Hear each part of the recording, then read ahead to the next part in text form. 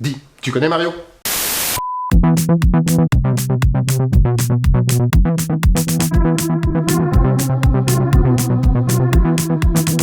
Mario! Mon plombier? Alors, il est plombier, oui, mais ce n'est pas le tien. Comment tu sais? Car, je te l'ai déjà dit avant de tourner, je ne connais pas ton plombier! Ça se tient. Bref, Mario, sûrement l'un des personnages de jeux vidéo les plus connus. En même temps, un plombier italien, bedonnant, à moustache, qui devient la mascotte d'une des firmes les plus reconnues du jeu vidéo, tu m'étonnes qu'il soit connu. Je suis épaté par ta perspicacité, je suis bluffé. C'est du sarcasme? Évidemment. Je préfère. On peut y aller? Où ça? Dans ton cul!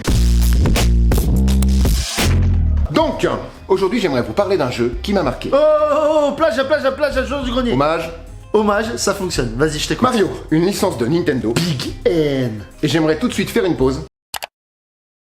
bref, Je sais que Mario est apparu dans Donkey Kong de 1981 puis dans Mario de 1983, mais j'aimerais parler du Mario de Super Mario Bros, les jeux de plateforme sortis à partir de 1986. Astucieux ta manière de caler en une phrase l'historique de Mario en annonçant ne pas vouloir en parler. Je sais. Non, vraiment. Tu as une facilité à l'écriture, c'est fou. Arrête, tu vas me faire rougir. Je ne fais que lire mon texte. C'est toi qui parles de toi à travers moi. bref, Mario, c'est avant tout un gameplay, une vision de Shigeru Miyamoto, qui, limité par la technique des consoles de son époque, a tout fait pour rendre son jeu maniable et fluide. Mais concrètement, ça veut dire quoi? Que tout est clair, même pour un enfant. La forme des Goombas, par exemple, les premiers monstres que Mario doit affronter, eh ben, elles ressemblent à des champignons. Mauvais choix de mots. Les champis dans Mario sont utiles pour autre chose. Ok, les Goombas ressemblent à des bumpers, il est donc facile de comprendre qu'on peut leur sauter dessus et ainsi les tuer. Mais aussi rebondir dessus et sauter plus haut. Quoi d'autre? Dans mon cas, c'est la fluidité du jeu qui m'a toujours plu. Mario répond sans aucune latence et dans un jeu de plateforme, c'est tout de même la base. Les objets bénéfiques pour Mario, eux, sont facilement identifiables. Ils sont de couleurs vives et inspirent l'envie de marcher dessus. En vrac, et selon les versions, il y a Les champignons pour grandir, les fleurs pour tirer des boules de feu, les plumes pour voler. plus récemment le ballon éléphant pour transformer Mario en Marie-éléphant et ainsi casser des murs. Mario éléphant, c'est rigolo ça. bref, Plus qu'un jeu, c'est une aventure de jouer à un Mario.